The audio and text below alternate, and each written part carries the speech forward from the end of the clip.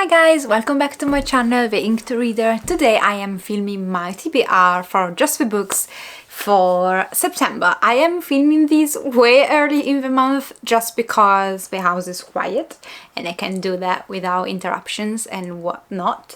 So I'm gonna do it now, but I have no idea whatsoever what kind of books I'm gonna carry over from August, and I didn't receive any fairy loot as of now, so I might insert in the end just a picture of the two fairy loot books that arrived, and I tend to keep up with them, so read those two in September, but that will be at the end. And as always, my graphic novel TBR and manga TBR is gonna be attached to the wrap-up, but it's earlier, way earlier in the month to think about that. I've done a whole video explaining rules of what I'm doing this year, how I'm doing it, what rules I follow and blah blah. So it's gonna be linked down below if you want to watch it. If not, you know, there are not many rules and it's not difficult to keep up even if you have not watched it. But yeah, if you want to watch it, it's linked down below. So I'm gonna choose a random shelf behind me. Pick up these. I've got 21 shelves I can choose from, so I'll do, oh, can you see these? I'll generate, and it says 18. Let me see if it's already out, if it already came out. Got a feeling it might have. Yes, actually has, so we're gonna do it again because 18, it already came out. I already read through these, so I want to do it again. So we're gonna do again another, oh, generate 13. Ha, again, I already got 13 already done. Sorry guys, we have to do a third time. It says 5. Can't believe it, 5. We already had it. It's this one. Well, we'll find one that's not done. What is it? I think it's 17. 17, I've not done it. Okay, so shelf 17. So okay, so shelf 17 is this one. Gonna show you the shelf from close up, and then I'm gonna discuss the books one by one. Sorry guys for the light, it's a very gloomy day. And but it doesn't rain, we really need the rain. I'm actually very excited about one book on this shelf a lot. Can we appreciate these from an American Psycho? Like, let me see if you wanna see like all my pops, if that's something that might interest you, like a pop thing. So Rite of Passage, this is a book that I have actually not read. I think it's a romance. And then I've got Catwoman. Yes, I've read these. Black Iris. I think I've not read these, but I need to double check. A Court of Mist and Fury. Read it. Razor Blade Tears. I've not read this one, so must be read. Rebecca, I've read it. Loved Rebecca so much. Frankenstein. Can we appreciate? I love this cover and I've read it.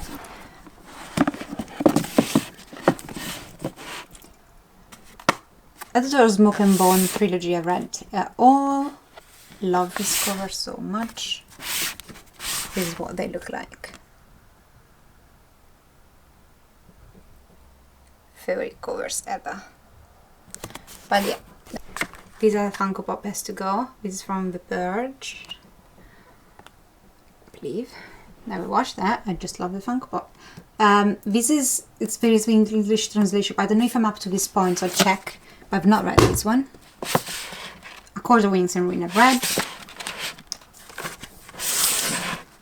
Nosferatu I have read. Really love this cover. Okay, these I've not read. Middlesex. The Devil of Nanking. Oh, I've read this one. And speaking of a book that changed my life, I mean, The Devil of Nanking. Birdman, I'm not so sure if this is part of a series, so I'll check and get back to you because I've not read these, but I might not have to read if it's not the point in the series where I'm at. Beautiful Wedding I have read. Post Office by Bukowski, so I read.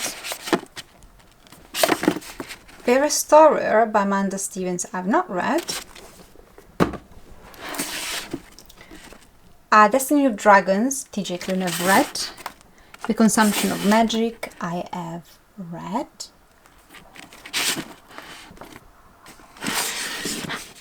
The Southern Book Club's Guide to Slaying Vampire, I've read.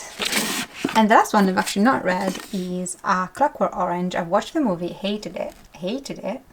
So I'm actually curious to see what I think about this stunning book. So that's it, guys. To be fair, not too bad. There's a lot of books that I've already read on this shelf. So this is what it looks like, and I'm gonna show you now from close up the books that I will have to read from this shelf. Speaking of rules, I'm about to change them because I've noticed that although I love bookshelves, TBR them and doing, there are some months a lot of books in, and a lot of books are big, and I am very busy, so I don't have much time to read them. That's just the reality of it. So I've been doing amazing, but I think adding a fantasy TBR book every month, it's just too much some months. So for example, I just went through all the books, and some of them are big, and I'm pretty sure I might have some leftovers from this month also, and I have to add my book club book, which I'm going to discuss soon. So I am not going to add a fantasy pick, because the rule that was linked to my fantasy TBR I'd done a couple of years ago now was that if a fantasy pick that I'd not read yet wasn't on the shelf, I had to add that in, but I didn't realize that was not very doable in terms of how much I can read. So I'm gonna suspend that rule. To be fair, all the books on that list are on my shelves, so I'll get around to them by just going through the shelves automatically.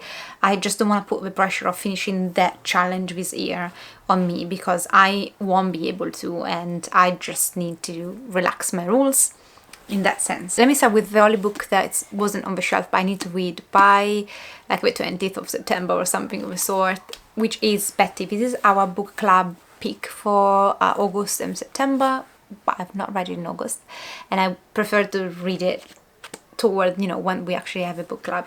So this has to have a priority. This is by Tiffany McDaniel. I read her debut novel, fell in love with her writing, and I heard that this is devastating. Some people even describe it as a horror. We will see. I think it's a family drama, and I think this is semi-autobiographical in the sense that this is the story of Tiffany McDaniel, partly the story of Tiffany McDaniel's mother. And it takes place in 1954, where this young girl, she's born in this bathtub, and she's the daughter of this white woman and a Cherokee father. And how she manages to go through life in, I guess, a very racist country, being mixed. And I heard that it's savage, this book. She has amazing writing. Like, I think it's not for everyone, but if you like her writing, as I did in The Summer That Melted Everything, that I read just a couple of months back, I am ready to be devastated, but I am scared because I know this is gonna break me. Like, this is likelihood gonna break me, but can't wait. And now we're gonna go through the shelves. So first of all, I've got Black Iris. I didn't read this, I need to read this. This is contemporary. It's about this girl. She has to leave her college, high school weather, after she's been bullied, and I think it has something to do with something she shared with a crush of hers. So then people posted online stuff about her, calling her slut, started bullying her. So I think something private was shared for whatever reason, and now she's been bullied to a point that she has to leave. So she goes to this new school, she manages to make new friends, but the truth come out somehow, and so she decides to live up to her reputation. This is a book I owned for a long time, and now and then I hear people on BookTube coming back and reviewing these and just seeing how savage this is as well. So we will see what I think about it. It's not the kind of book that I usually reach for, but somehow at one point something of the reviews caught my eye, caught my attention, and I want to read it for myself. So we will see. But I don't think it's a fluffy romance contemporary at all. I think it's actually the opposite. And the book I was the most excited about, and I've been wanting to read this book since I purchased it. This is Razor Blade Tears. I think he was nominated for something I don't know if it won or whatever. But I think this was in the 2021 peak of best fiction, something, I don't remember exactly. But this is the stories of these two fathers, where I have both criminal pasts, and one father is black, one father is white, and their children, so their two boys, were married to each other. So they were in the gay marriage and someone kills them. So the fathers have to kind of come together, set aside all the prejudice that they might have toward each other, and just trying to find justice and revenge for the homicide of their two sons. Sounds harrowing. Actually, you might not know this because I don't talk about this enough, and I will try to remedy it. But I'm a big fan of noir books. I do love Lansdale's book, for example, the Happy Leonard series. I absolutely love that series, and somehow this reminded me, give me those vibes of revenge noir stories with a lot of violence and gritty and sassy writing. So we will see. It's also gonna be probably devastating. One that I'm a bit more hesitant about how I will feel about it, it's actually Rites of Passage. This is a romance book for what I gathered, and it's the story of this girl. She decides to take a bet that her brother made with her before he died, of actually getting her into the army and training to be part of the army. And so she gets there and she tries to do her best, but some of the boys in the team don't really want her there, and they try to make her life hell, to make her leave. But at the same time, there is this surgeon that she falls for. So we will see. I don't know if it's a more romance, more of like a contemporary story. I'm a bit hesitant because I don't know, it's not my jam, romances, but I might be wrong. I might like the academy, military school style. I've never read something of the sort, so we will see. These I'm honestly curious to see if I will love or hate, because I hated the movie. A Clockwork Orange. Listen, I know about the movie, I know that it's all about the cinematographic and how it was done, it's a Kubrick movie, and I did like other Kubrick stuff, that I personally hated it. And it's weird because it should be my cup of tea. Due to the synopsis. So this is about this bunch of teenagers that go on this rampage one day of robbery, rape, torture, and eventually murder, and then they get captured, and one of them is put through the system, for the public system of rehabilitation, and the big question is he being rehabilitated? Was it worth it or not? And I loathed the movie. I don't know why. So we will see. To be fair, I think the whole point of reading this is to loathe the main characters, but I just want to know if I come out of this just saying, okay, you did exactly what you're supposed to do, so which make me hate these characters so much and make me question justice questions and rehabilitation and all of that goes around, or if I just hate it. Middlesex. Never read any other by him. I attempted an audiobook of short stories, gave up. So we will see about these, but this is very well praised by a lot of people, and it's about, the synopsis is very vague, so all I know about this is about this woman. She's pregnant and someone in the family predicts that the baby is gonna be a boy, and instead this girl is born, but she might, I don't know, from the synopsis it seems like she might have both sexes, so she's intersex. We will see what this is about. I have no idea if it's a contemporary. I think it's a literature or fiction book, to be fair, but we'll see. It's gonna be my first Eugendes. He wrote the Virgin Suicide, which is a book that a lot of people hated, but we will see what I think about these. Very excited to actually read my next Mo Hyder book. This is start of a series of a detective series, and this is just a murder mystery, so you follow this detective in Greenwich in London trying to solve this serial killer case where women are left tortured in ritualistic ways. And Mo Hyder wrote one of the most disturbing books I've ever read in my whole entire life, so I'm curious to see what she's doing with this series and pick up more by her. Another one that I hope I won't DNF, but I got a feeling it might happen, is The Restorer by Amanda Stevens. I don't even know how I got a hold of this. Pretty sure I didn't buy these. I have no idea how it ended up in my hands, but I did. So this is a story, it's a paranormal story, I guess, about this girl. She works in a cemetery, and I think she has the power of seeing ghosts. These powers come from generation to generation, and they have strict rules how to cope with seeing ghosts and working in the death industry, I guess. And then one day this man ghost who's haunted by his past comes in her life, and she kind of like, you know, the rules don't apply anymore, and she found then a dead body of a woman in her cemetery, so she needs to solve the case, something of the sort. We will see what I think about these. Again, because I don't know how I came about this, I'd never heard anybody else speaking about these. I don't know if I'll enjoy it or not. Finally, a lot of crime thrillers this month in September, which is good because we're going towards fall. I've got Sangue Nero. This is actually Dark Blood, so there is an English translation. Actually, this is in English, but I bought this ages ago in Italian because I became obsessed by these crime thriller series. I had a phase after reading a book by Giorgio Faletti. I've done a video of, you know, my favorite Italian books I would recommend that are translated, so Giorgio Faletti is featured in there, and he wrote one of my favorite, to this day is one of my favorite thrillers ever. So after that I went on a binge of finding thrillers, crime detective stories, and I read so many back then. I was probably 16, between 14 and 16 I believe.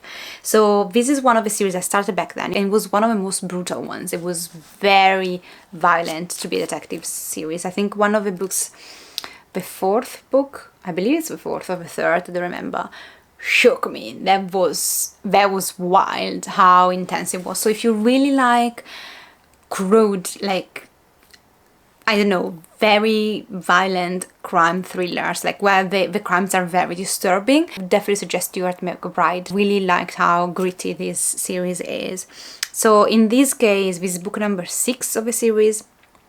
And I think in this one, you have this guy who spends like 10 years in prison for a crime, and now he's been rehabilitated and put back in society. And our main protagonist, so our detective, is actually tasked to protect him from the public that wants his head because of the crime he committed. And it's, you know, our main protagonist not believing that he is redeemed, and people wanting revenge, and I guess probably solving what actually happened 10 years back and seeing if he's a better guy now.